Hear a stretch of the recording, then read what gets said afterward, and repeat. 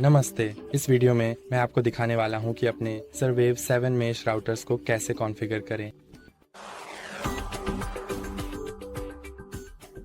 Box में आपको ये दो उपकरण मिलते हैं जो एक जैसे दिखते हैं और ये आपस में वायरलेस तरीके से संवाद करेंगे ताकि आपको मेश वाईफाई मिल सके, ताकि आपको हर जगह सबसे अच्छा सिग्नल मिल सके।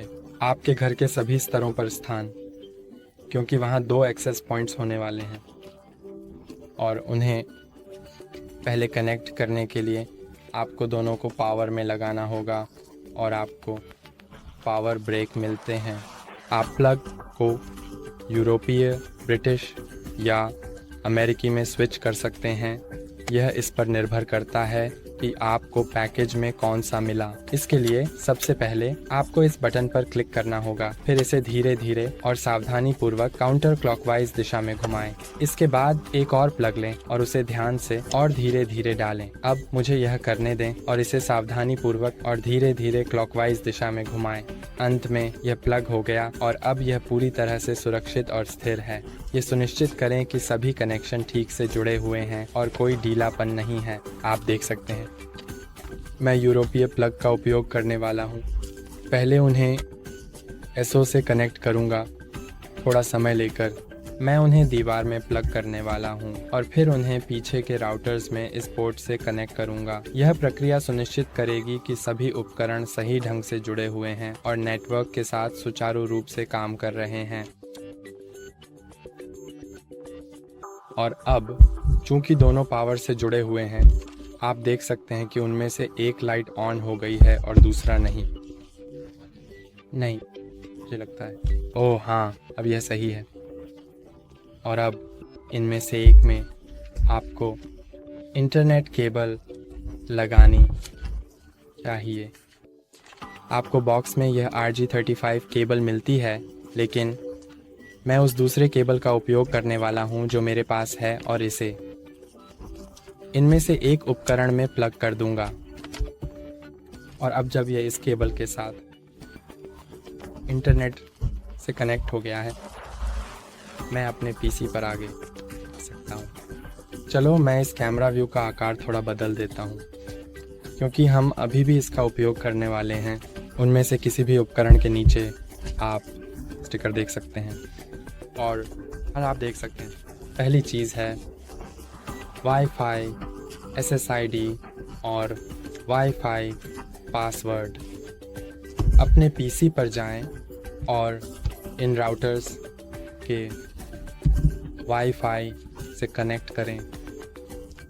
तो उनमें से एक में है, उनमें से एक ही है, नहीं, दोनों का साइड एक ही है। तो बस स्टैंडर्ड वाला चुनें और कनेक्ट पे क्लिक करें। अब पीछे जो पासवर्ड है उसे डालें। चलो मैं ये जल्दी से कर लेता हूँ। और अब ये कहता है कि ये कनेक्टेड है, तो हम अपने पसंदीदा ब्राउज़र में आगे बढ़ सकते हैं। और आपके राउटर्स के नीचे वहाँ कुछ ऐसा भी लिखा होता है, जैसे कि एक IP पता जो आपके राउटर के सेटिंग्स पेज को एक्सेस करने के लिए होता है। ये IP पता आपके नेटवर्क की सुरक्षा और सेटिंग्स को नियंत्रित करने में मदद करता है। बस इसे अपने ब्राउज़र में टाइप करें और एंटर दबाएं और आप अपने राउटर के सेटिंग्स पेज पर पहुंच जाएंगे। http://192.168.761। चलो देखते हैं कि इसके बाद क्या होता है। ठीक है, और अब आपको वह पासवर्ड डालना है जो आपके राउटर्स के नीचे भी है। इसका नाम एडमिन पीबेरी है। यह एक महत्वपूर्ण पासवर्ड है। तो बस टाइप करें, कृपया कोलन के बाद क्या है ही, और लॉगिन पे क्लिक करें। मुझे लगता है सही है। और अब आपको ये पॉपअप मिलेगा। मैं अब कैमरा व्यू को थोड़ा सा और छिपा सकता हूँ और अब चेंज नाउ पे क्लिक करें। के लिए लॉगिन पासवर्ड बदलने के लिए, क्योंकि आपको इसे शुरू में ही बदलना होता है, पहले वर्तमान पासवर्ड एक बार और डालें। यह कृपया एडमिन पासवर्ड बेशक, फिर नया पासवर्ड सावधानीपूर्वक और ध्यानपूर्वक डालें।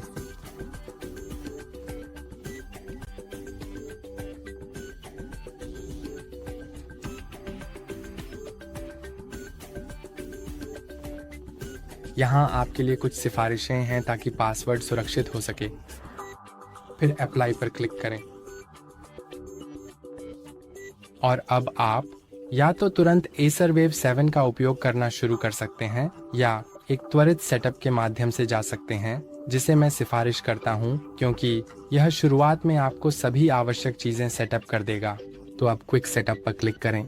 आप यह बदल सकते हैं कि आप अपने वेव 7 को मेश राउटर, मेश कंट्रोलर या मेश एजेंट के रूप में उपयोग करना चाहते हैं। हम वास्तव में दोनों डिवाइसों का उपयोग मेश के रूप में करेंगे।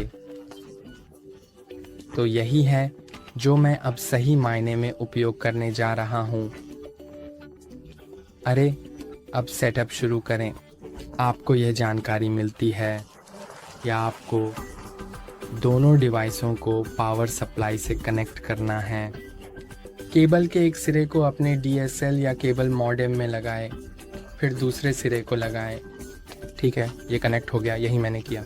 इंटरनेट पोर्ट में फिर अपने डिवाइस को एसर वेव 7 से वाईफाई या LAN केबल के माध्यम से कनेक्ट करें। ये हो गया।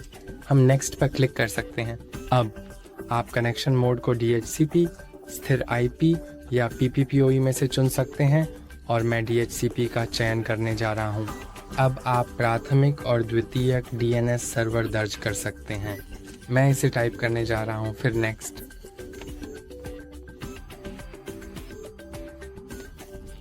और अब आप वाईफाई SSID, सुरक्षा प्रकार, एन्क्रिप्शन, वाईफाई पासवर्ड और उनके बैंड को बदल सकते हैं। वे या तो 2.4 GHz हो सकते हैं, GHz प्लस 5 GHz या 2.4 GHz प्लस 6 GHz। यह इस पर निर्भर करता है कि आपके पास कौन से डिवाइस हैं, वे किस प्रकार का समर्थन करते हैं, लेकिन आमतौर पर 5 GHz अधिक समर्थित होता है। फिर मैं वाईफाई SSID को बदलने और वाईफाई पासवर्ड को बदलने जा रहा हूं।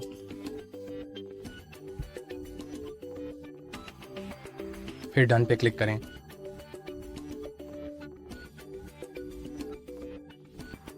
कुछ समय बाद यह आपको यह जानकारी दिखाता है कि सेटअप पूरा हो गया है। आप डैशबोर्ड में इंटरनेट कनेक्शन की स्थिति की जांच कर सकते हैं या इसके संबंधित पृष्ठों में एडिट 1 वाईफाई सेटिंग्स पर आगे बढ़ सकते हैं।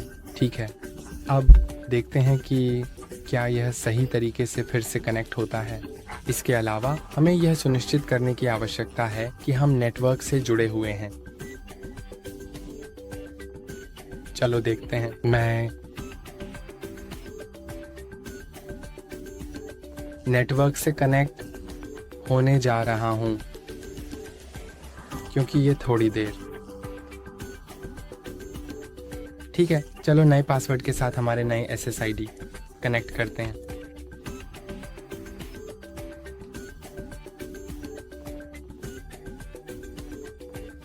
ठीक है, हम जुड़े हुए हैं तो हम कर सकते हैं। डैशबोर्ड को फिर से खोलें और अब हम जाने के लिए तैयार हैं।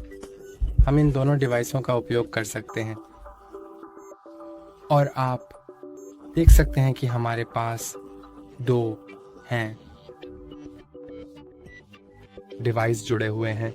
हार्ड रीसेट वाईफाई जो मेरा पहला डिवाइस है और दूसरा E7C है आदि, और ये यहाँ भी दिखाई देना चाहिए। यह है और हम उस पर भी कनेक्ट कर सकते हैं और दोनों एक मेश के रूप में काम करेंगे। और बस इतना ही। जाने के लिए तैयार। आप वाईफाई के लिए भी जा सकते हैं। मुझे लगता है हाँ, चलो वाईफाई पर चलते हैं। फिर आप MLO सेटिंग्स पर जा सकते हैं और दूसरे मेश डिवाइस का SSID और पासवर्ड बदल सकते हैं। आप मेश वाईफाई पर भी जा सकते हैं और आप इन सभी चीज़ों को बदल सकते हैं।